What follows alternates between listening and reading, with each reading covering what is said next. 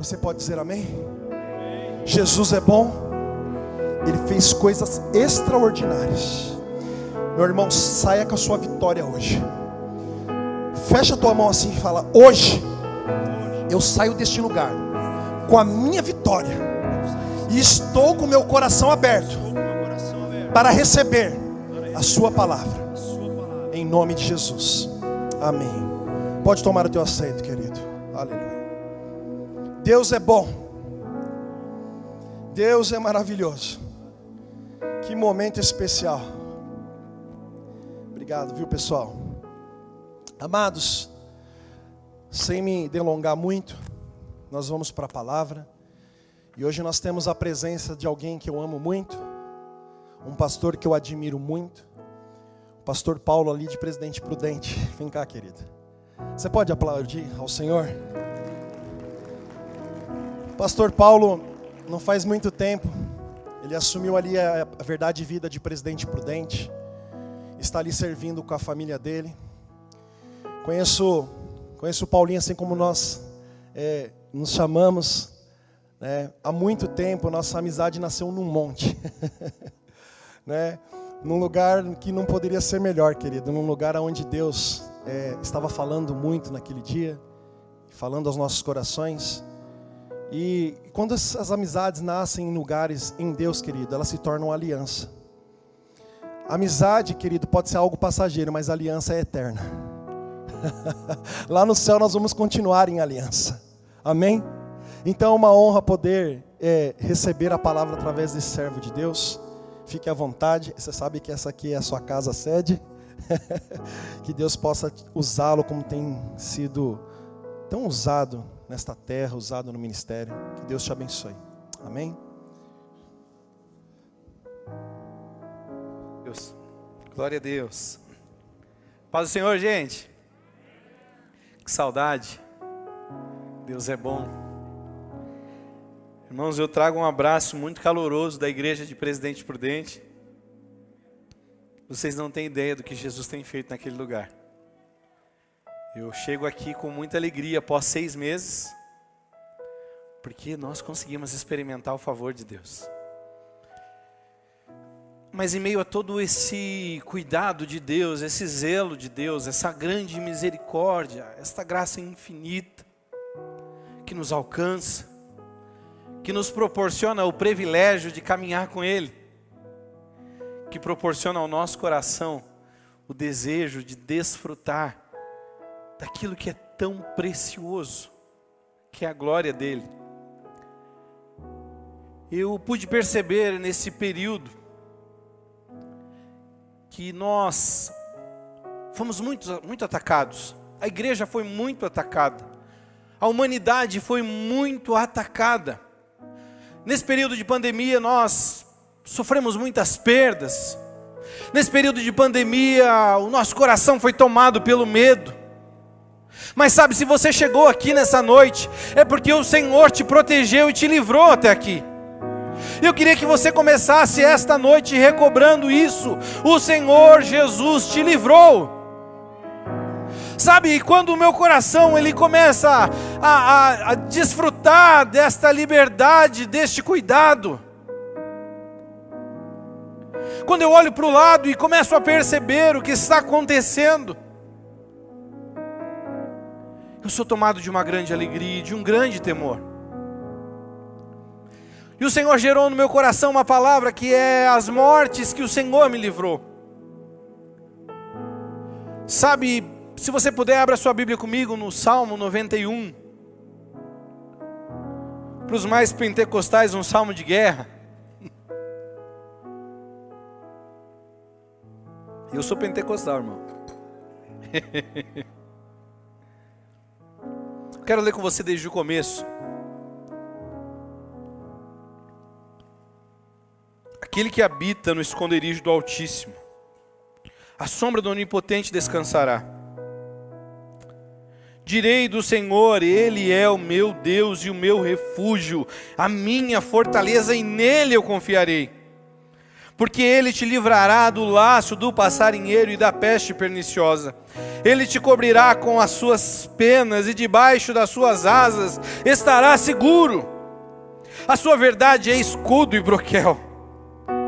Não temerás espanto noturno, nem seta que voe de dia, nem peste que ande na escuridão, nem mortandade que assole ao meio-dia. 1000 cairão ao teu lado e 10.000 à tua direita, mas tu não serás atingido. Somente com os teus olhos olharás e verás a recompensa dos ímpios. Porque tu, ó Senhor, és o meu refúgio, o Altíssimo é a tua habitação. Nenhum mal te sucederá, nem praga alguma chegará à tua tenda. Porque aos seus anjos dará ordem ao teu respeito, para te guardarem em todos os teus caminhos. Eles te sustentarão nas suas mãos, para que não tropeces com teu pé em pedra. Pisarás o leão e a áspide, calcarás aos pés o filho do leão e a serpente. Pois que tão encarecidamente me amou, também eu o livrarei. Poloei num alto retiro, porque conheceu o meu nome. Ele me invocará, e eu lhe responderei. Estarei com ele na angústia, livrá-lo-ei e o glorificarei. Dar-lhe abundância de dias, e lhe mostrarei a minha salvação. A leitura desse salmo, irmãos, é muito especial. E eu tenho certeza que se eu acabasse a leitura, depois de tudo que nós já recebemos neste ambiente, depois de tudo que nós já entregamos no nosso louvor, seria algo muito produtivo, muito proveitoso a nós. Mas sabe, o Senhor, Ele quer abrir os teus olhos. Ele quer abrir os teus olhos porque você tem sido atacado por Satanás constantemente. Mas isso não é motivo de pavor, isso não é motivo de medo, isso não é motivo de pânico, não é por causa disso que você deve parar. Muito pelo contrário, agora é a hora de tomar as tuas armas na mão e avançar nesta guerra. É tempo de orar como você nunca orou, é tempo de meditar na palavra de Deus como você nunca meditou. Porque o Senhor te livrou de muitas mortes neste caminho.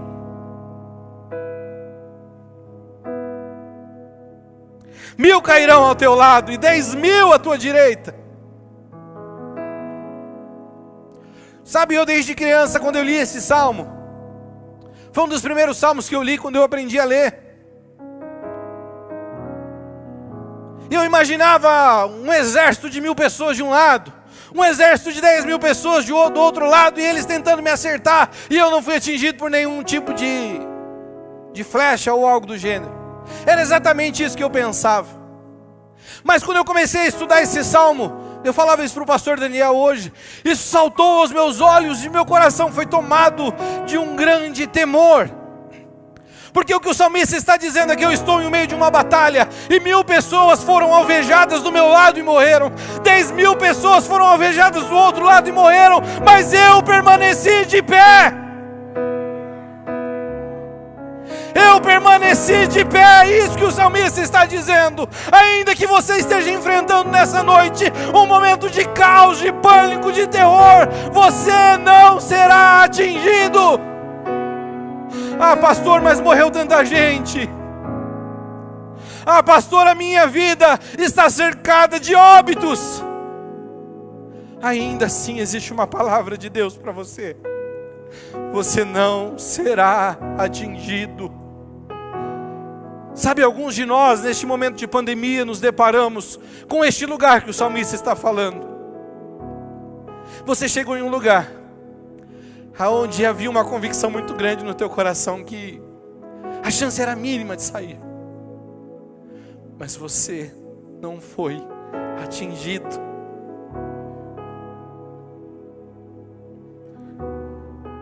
Aleluia. Sabe, a gente consegue hoje na internet ver muitos livramentos. São aqueles vídeos que a pessoa está andando numa moto, de repente ela sai da moto, passa um caminhão e leva a moto embora. Cenários onde estoura um pneu e vem correndo na direção de alguém, a pessoa abaixa para amarrar o tênis e o pneu passa por cima. Cenários de livramento que a gente assiste falando, nossa, glória a Deus, o Senhor livrou essa pessoa, olha, o Senhor deu uma nova vida para essa pessoa. Foi feita uma pesquisa por uma ONG, e ela tratava psicologicamente as pessoas que sofreram as perdas no World Trade Center. E durante a análise dessa ONG, eles perceberam que todas as pessoas que se safaram daquele acidente, deixaram de ir para aquele local de trabalho por coisas mínimas. Perdi a hora no trabalho, furou um pneu, fui levar o filho na escola, tinha reunião dos filhos. Coisas mínimas que guardaram aquelas pessoas. Sabe, quando você olha para toda a humanidade, o Senhor está constantemente dando ordem aos anjos dele ao teu respeito. O Senhor está constantemente dando ordem aos anjos dele ao meu respeito. Sabe, certamente a fúria de Satanás era para que eu e você fôssemos extinguidos desta terra, porque você é frutífero, porque você carrega algo que Deus colocou dentro de você, e isso é tão precioso. É tão precioso que o mal quer acabar com você, mas ao mesmo tempo Deus está te preservando para este tempo. Você é um baú que dentro de você existe uma preciosidade que não tem um valor. É inestimável esse valor. Não dá para dar um valor a isso. Você é essa pessoa que carrega algo de Deus. E por isso o diabo tem tentado te matar.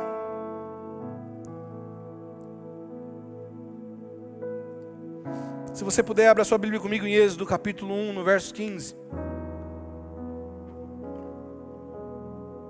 A primeira coisa que o diabo tentou matar, e tem tentado matar em você, em mim, são os nossos sonhos.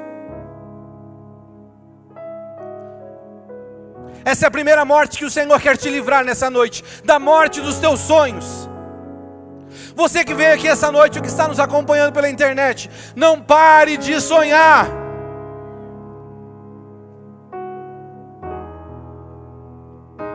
Eu vou ler a versão que está aqui no telão, se você puder ler comigo. E o rei do Egito falou às parteiras das hebreias, das quais o nome de uma era Cifra e da outra era Puá. Vai para o 16. E disse: quando ajudardes no parto das hebreias e as virdes sobre os assentos, se for filho, matai-o, mas se for filho, então viva. Sabe, aqui o povo estava aprisionado, o povo estava vivendo no Egito como escravo. E nesse cenário de guerra, nesse cenário de escravidão, nesse cenário de humilhação, um sonho começou a ser gerado. Eu não sei aqui quantos são pais e mães, mas o filho é exatamente isso, é um sonho.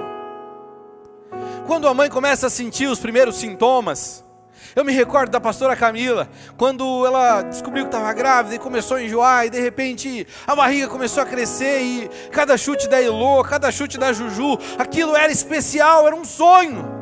A gente começou a projetar como que ia ser o quarto, como é que ia ser o nome, sabe, a gente começou a fazer planos.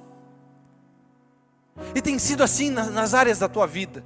Sabe, o Senhor começou a gerar um sonho no teu coração, e você já começou a pensar: Senhor, é uma empresa, então esse escritório, eu queria pôr uma mesa assim no escritório, eu queria pôr essa cadeira, eu queria tratar os clientes muito bem, eu queria dar um café. Ah, mas de repente é a tua casa, você fica imaginando: Senhor, a hora que chegar a minha casa, eu consigo imaginar os cômodos, Jesus, eu consigo imaginar como é que vai ser o quarto.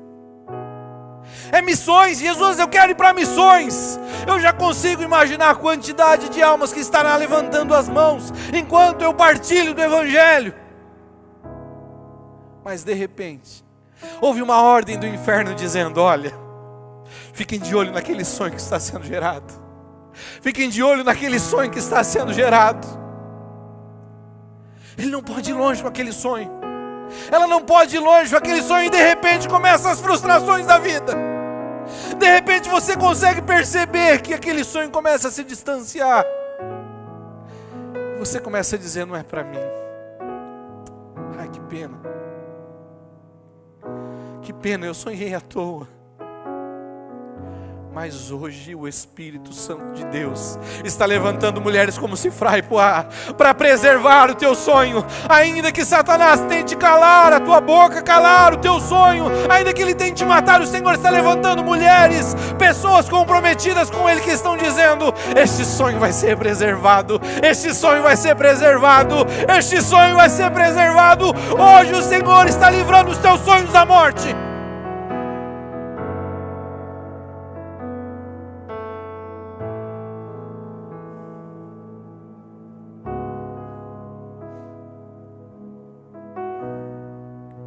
E de repente, a mãe de Moisés consegue ter um menino. Mas o que fazer com este menino? Ele não pode chorar. O que fazer com esse menino? Alguém, por favor, me ajude a silenciar a voz deste sonho. Alguém pode perceber que eu estou sonhando. Você já não ouviu aquele ditado? Por favor, não conte seus sonhos a ninguém.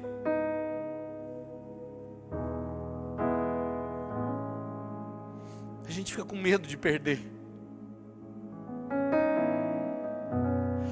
Mas quando Deus libera uma palavra, quando Deus libera uma palavra, o inferno inteiro não consegue impedir. Eu vou dizer de novo: quando Deus libera uma palavra, o inferno inteiro trabalhando contra isso não pode impedir.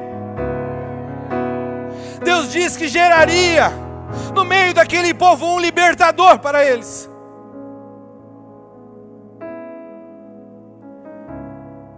E de repente era insustentável ficar com aquela criança. Mas é feito uma pequena arca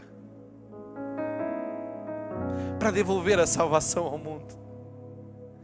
Os pais de Moisés fazem com muito carinho um cesto com um piche, soltam ele no rio. Os sonhos foram preservados. Sabe, Jesus não vai deixar os teus sonhos morrerem.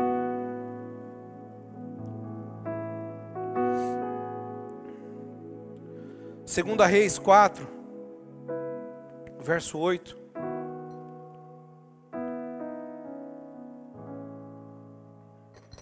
Diz assim: sucedeu também um dia que, indo Eliseu a Sunem, havia ali uma mulher rica, a qual reteve a comer o pão, e sucedeu que todas as vezes que passava ali, se dirigia a comer o pão. Aqui eu vejo outro ponto que Satanás tem tentado matar em nós, e o Senhor tem nos livrado dessa morte, que é o serviço, o servir. Essa mulher sunamita começou a servir sem nenhum interesse. Ela não tinha interesse em que aquele homem estivesse ali para receber algo em troca. Ela simplesmente viu que ele carregava algo de Deus e decidiu servi-lo. Você pode ler mais para frente, a história conta que ela chegou a fazer um quarto na sua casa, para que toda vez que o profeta passasse ali, ela pudesse desfrutar da palavra de Deus, ela pudesse dar a ele um lugar para descansar a sua cabeça.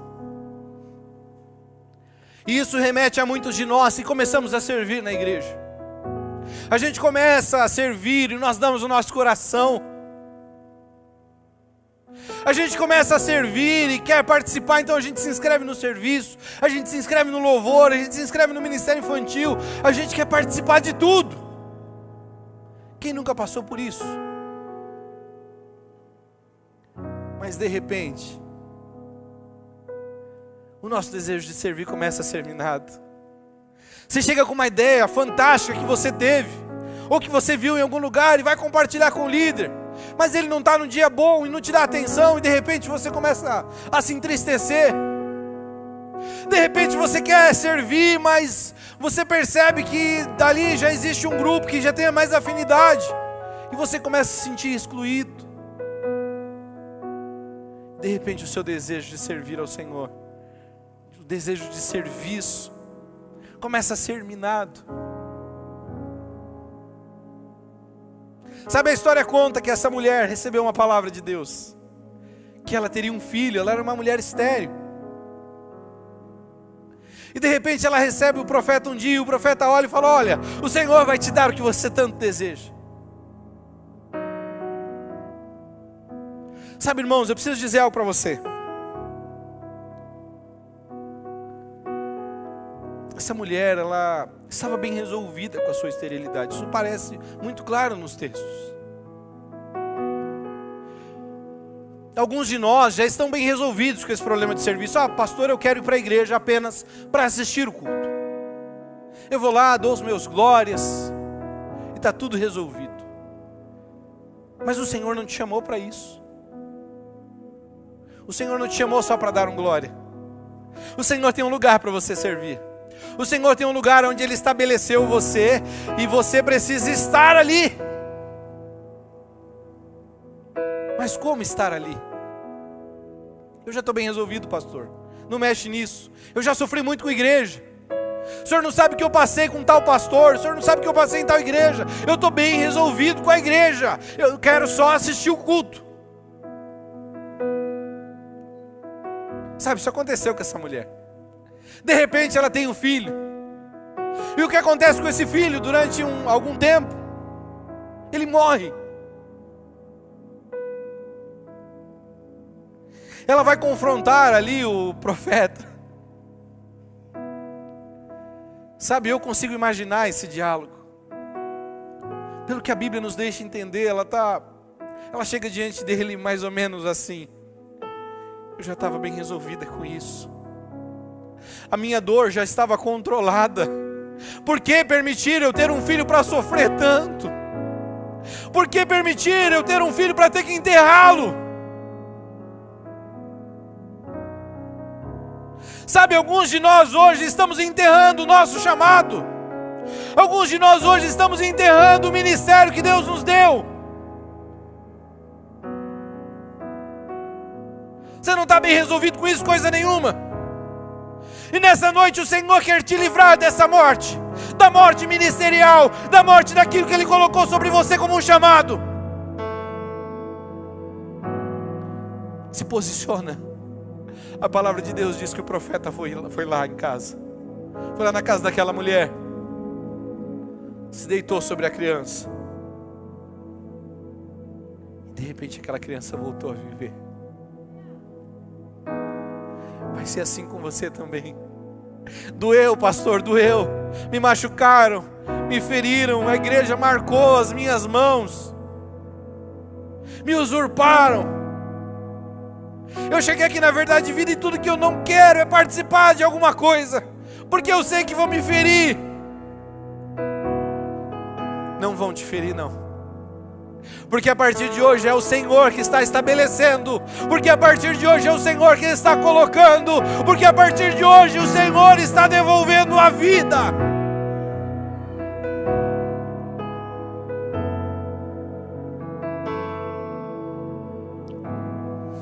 Vou ser mais breve, mais rápido aqui, irmãos, para não tomar muito tempo. Mas depois você pode ler em João 11, outro ponto. João capítulo 11 todinho conta a história de Lázaro. Da morte de Lázaro. Você conhece bem. Eu não quero tomar muito teu tempo, mas eu queria que você pensasse nisso. Marta e Maria eram irmãs que dependiam de Lázaro. Marta e Maria tinham em Lázaro o provedor. Marta e Maria tinham em Lázaro aquele que era o cuidador, o responsável por elas. Elas não tinham um marido, elas não tinham se casado. Elas tinham um irmão mais velho, o responsável de tudo. Mas um dia, como Marta e Maria perderam a sua provisão, o seu provedor, Satanás tem tentado fazer isso conosco. Quantos de vocês foram afetados nessa pandemia e tiveram a sua provisão roubada? Você tinha ideias e planos, mas de repente tudo secou. As fontes acabaram. A tua provisão foi roubada.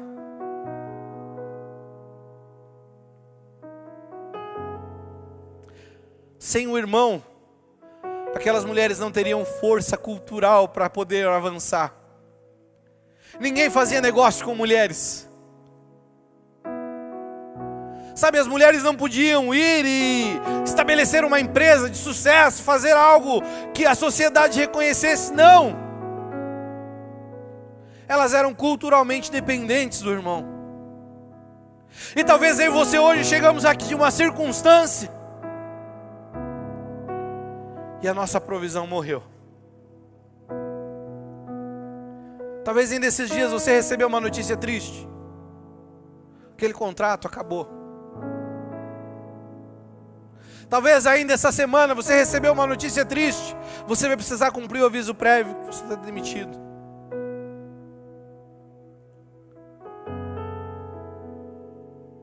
Coisas assim não tem volta. Foi assim com elas. Lázaro já tinha morrido há 4 dias. Não tinha mais volta. Humanamente falando, era impossível. Elas perderam a provisão. E agora o que nós faremos? Como vamos pagar as dívidas? Talvez você chegou aqui nessa noite com esse mesmo pensamento. Mas o Senhor está livrando a tua provisão da morte. O Senhor está livrando a tua provisão da morte. O Senhor está livrando a tua provisão da morte. E eu vou te explicar. Ele chegou e uma das irmãs disse: Senhor, se o Senhor tivesse chegado um pouquinho antes, só um pouquinho antes do meu chefe falar, antes daquele cliente desistir do contrato, antes de acontecer o que aconteceu, meu irmão não teria morrido.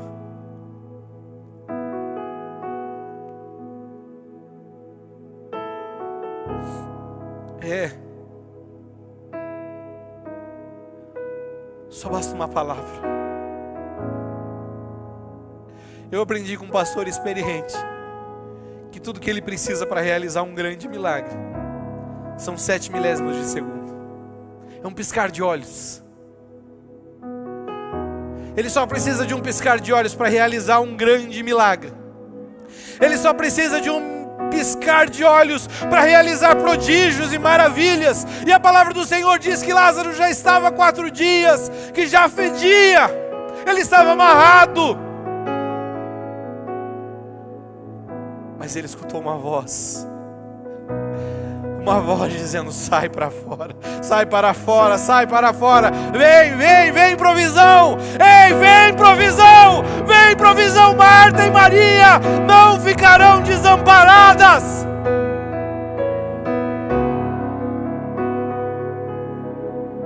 Lázaro voltou.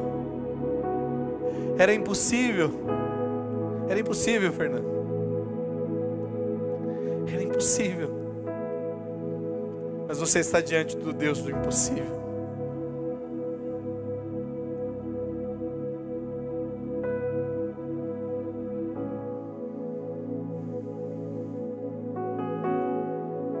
Eu queria falar do último ponto, que é a morte da esperança.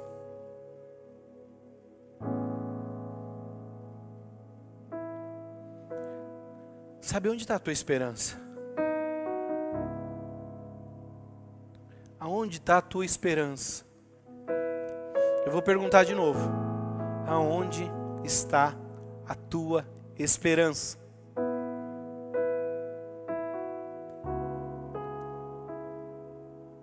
Mas a Bíblia diz que tudo vai piorar, pastor. A minha esperança está nisso, que tudo vai piorar. Ei, eu vou te explicar isso, tá? Isso parece ser um pouco confuso dentro da igreja. Porque não é o fato da Bíblia dizer que as coisas neste mundo vão piorar, que Satanás está estabelecendo um governo e que Jesus vai voltar para buscar a igreja. Isso não quer dizer que a sua vida precisa ser uma tragédia. Muito pelo contrário, 1000 cairão ao teu lado, 10.000 à tua direita, mas você não vai ser atingido. Ah, pastor, mas a economia é global. Ei, deixa eu te falar uma coisa. Você é governado pela economia celestial. Irmãos, eu tenho vivido cada milagre. Cada milagre. Eu sei em quem eu tenho crido. Coloca a tua esperança nele. João 18:10 fala do momento em que Jesus estava ali prestes a ser preso. E de repente, quando Jesus estava ali cercado, Pedro pega a sua espada e corta a orelha de um soldado, que na verdade não era bem um soldado, era como se ele fosse um aprendiz do sacerdote. Aquele homem chamado Malco, ele tinha uma esperança no seu coração, e a esperança era: eu serei um sacerdote.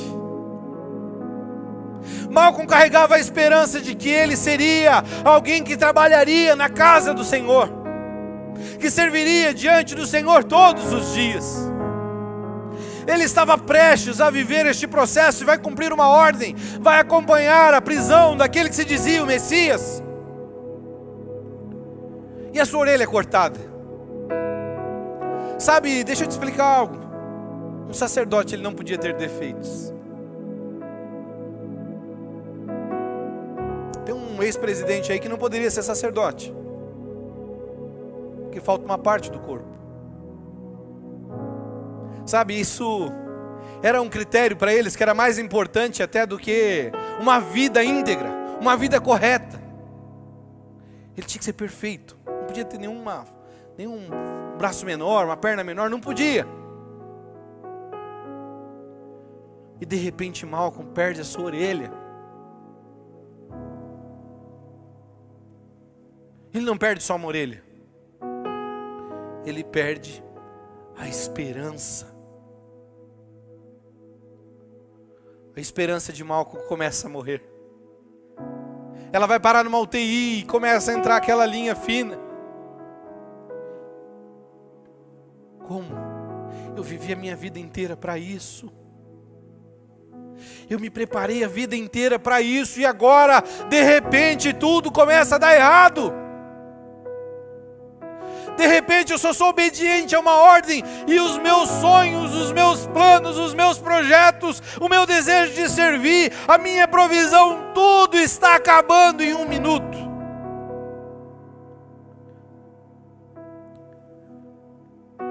Mas ele estava diante da própria esperança.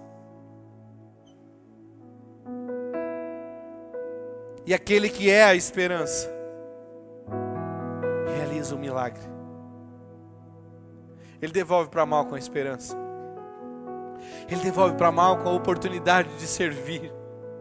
Ele devolve para Malcolm a possibilidade de viver exatamente aquilo que ele projetou para viver. Outro momento você vai ver em João 20, a partir do verso 8. Jesus entrando no templo. Jesus sobe naquele jumentinho e começa a ir em direção ao templo. E todos começam a celebrar, porque havia uma esperança em Israel. Ele vai tomar o lugar do rei no templo.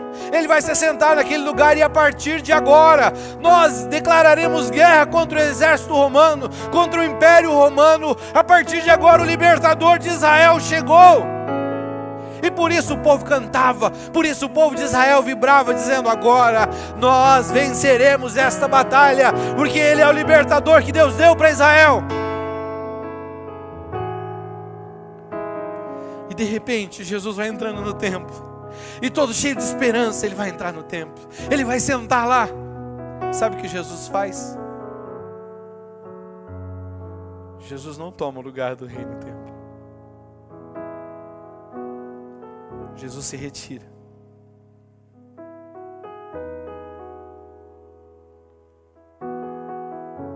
Esperança. O que aconteceu com a nossa esperança? Sabe, deixa eu te dizer algo. Jesus ele foi muito tentado. Jesus enfrentou na sua vida, no seu ministério, uma tentação profunda. Você vai ver, tem um livro chamado O Reino de Ponta Cabeça, que tinha aí para vender na biblioteca, irmãos, era muito bom, muito bom. É um livro fantástico. E ele aborda exatamente esse momento onde Jesus enfrenta as tentações. Quando ele vai para o deserto. Satanás fez de tudo para que Jesus fosse o libertador dos judeus naquele momento. Que Jesus se assentasse no trono. Que Jesus destituísse o poder romano. E Jesus foi muito tentado a isso. Porque Jesus amava aquele povo. Ele era aquele povo que Deus tinha uma aliança. Mas Jesus tinha um propósito muito maior do que a tentação.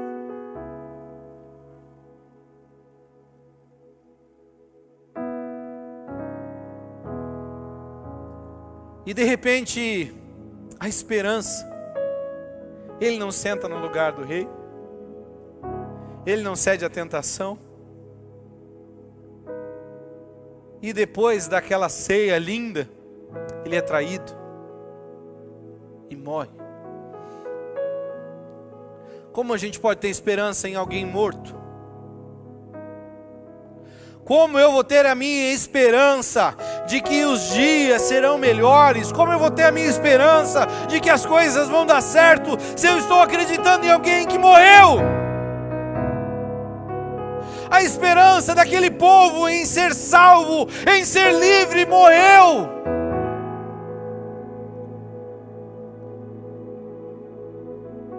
Talvez você chegou aqui nessa noite e tudo que você está enfrentando é um apontamento de que a sua esperança morreu.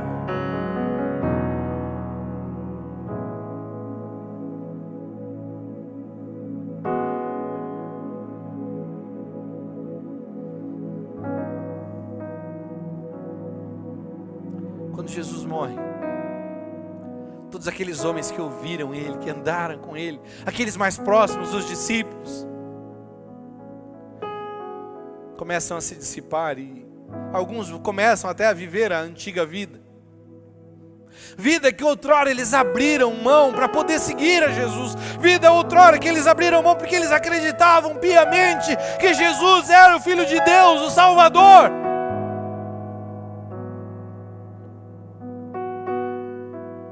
A esperança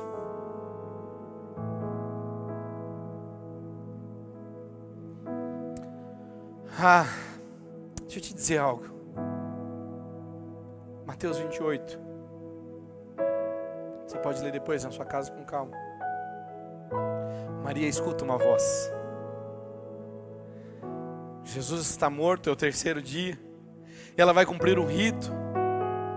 Ela não vai lá para ver se ele já tinha ressuscitado. Não havia essa expectativa ainda. Ela vai para cumprir um rito, para limpar o corpo dele.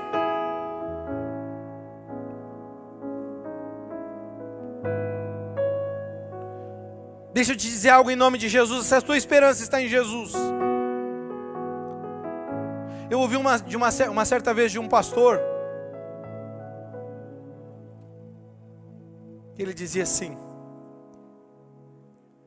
que Jesus tinha uma palavra. Jesus tinha uma promessa. Jesus viveria algo. E o inferno sabia disso. E esse pastor começa a narrar uma história, dizendo que todos os demônios começam a ficar aflitos, porque já está prestes a chegar o terceiro dia. Então um demônio ficava espionando ali o corpo de Jesus, dizendo: olha, ele está morto ainda, ele está morto ainda.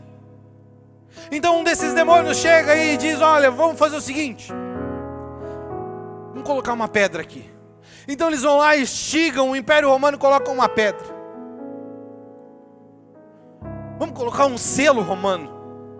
E vão lá, colocam um selo. E de repente começa o cronômetro a chegar no terceiro dia. E o cronômetro vai chegando no terceiro dia. E um demônio tem uma outra ideia e diz: olha, vamos todos ficar segurando aquela pedra. É impossível que contra todos nós segurando aquela pedra, junto com o selo romano, é impossível que diante de todo esse cenário ele consiga sair desse sepulcro. Parece que a sua esperança está desse jeito. Parece que é impossível você retomá-la. Mas essa é uma noite de restauração. E esse pastor, o pastor Leonardo Ravenhill, ele começa a contar que a hora que bate o horário de Jesus ressuscitar, o mesmo Espírito que ressuscitou Jesus dos mortos, que está atuando em mim e em você nessa noite. O mesmo Espírito que ressuscitou Jesus dos mortos, que está nessa noite trabalhando em teu favor, em meu favor. Chega diante daquele sepulcro. E deixa eu te dizer, agora que ele chegou naquele sepulcro, o inferno inteiro não pôde detê-lo. Aquela pedra não pôde detê-lo. O selo romano não pôde detê-lo. Jesus ressuscitou. Jesus ressuscitou. E Ele vive. Nada pôde impedi-lo. Ele vive. A tua esperança hoje precisa ser retomada. E ela não vai ser retomada pela tua força. O Espírito de Deus, o mesmo Espírito que ressuscitou Jesus dos mortos, está trabalhando para que você retome este lugar. Antes de passar para o pastor Daniel, eu queria fazer uma oração com você. Se você puder, feche os seus olhos.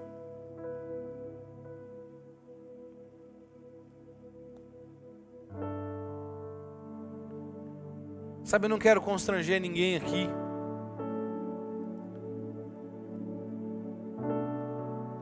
Mas para você que se desviou do Evangelho, tem algumas pessoas aqui que você chegou, que você está namorando a verdade de vida no sentido de conhecê-la. Mas Jesus quer te restaurar neste lugar. Jesus quer te livrar dessas mortes neste lugar. Você que desviou do caminho de Jesus e quer voltar para Jesus, dê um sinal com a sua mão. Não vou chamar para vir aqui à frente. A gente está vivendo um período de pandemia, mas eu queria que você desse um sinal com a sua mão, que eu quero orar por você onde você está mesmo. Amém. Aleluia. Aleluia. Glória a Deus. Para você que está nos assistindo em casa, eu não estou te vendo, mas eu queria que você desse um sinal com a sua mãe na tua casa, com uma atitude de fé. Jesus está te contemplando. Essa não é uma decisão que a gente faz para mostrar que a pregação foi boa ou não. É Ele que está querendo que você volte. É o Rei dos Reis e Senhor dos Senhores que está te atraindo nessa noite. Você que recebeu essa palavra no teu coração e você, enquanto ouvia eu falando, falou: pastor, olha, o diabo está tentando me matar nessa área. O diabo está tentando me matar nessa área. Eu queria que você desse um sinal com a tua mão. Eu quero orar por você também. Amém, amém. Amém, amém. Amém.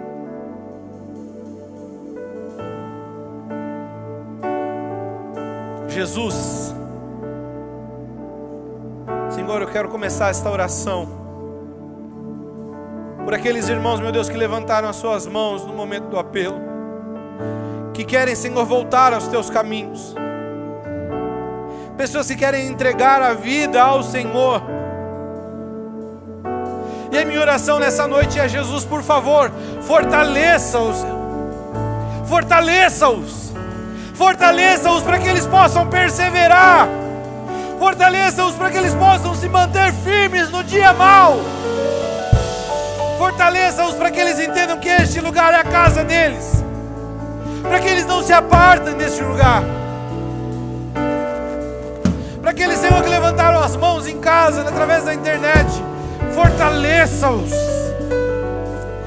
Que o sentimento de medo, de pavor, que a depressão saia em nome de Jesus.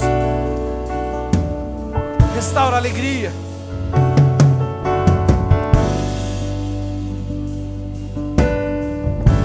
Vou fazer uma oração, eu queria que toda a igreja repetisse comigo, principalmente os irmãos que levantaram a mão no momento do apelo. Senhor Jesus, Senhor Jesus, eu entrego a minha vida. eu entrego a minha vida. Eu entrego totalmente a minha vida. Eu entrego totalmente a minha vida. Eu creio que que nada pôde deter. nada pode deter. Nada pôde deter Nada pode deter a tua ressurreição, a tua ressurreição, a tua vida, a tua vida, o teu governo. o teu governo. Por isso, Por isso, eu me entrego eu me entrego totalmente, totalmente, sem reservas. sem reservas. Eu me entrego. Eu me entrego. Perdoa os meus pecados. Os meus pecados. Cura a minha mente. Cura a minha mente. Cura o meu coração. Cura o meu coração. Restaura as áreas da minha vida. Restaura as áreas da minha vida.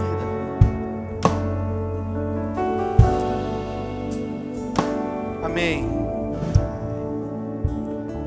Agora eu quero orar por aqueles que levantaram a mão. Você está sentindo que o diabo está atacando alguma área da tua vida. Você que levantou a mão, que entendeu que o Senhor está querendo te livrar dessas mortes. Eu quero orar por você. Jesus, o Senhor tem operado neste lugar.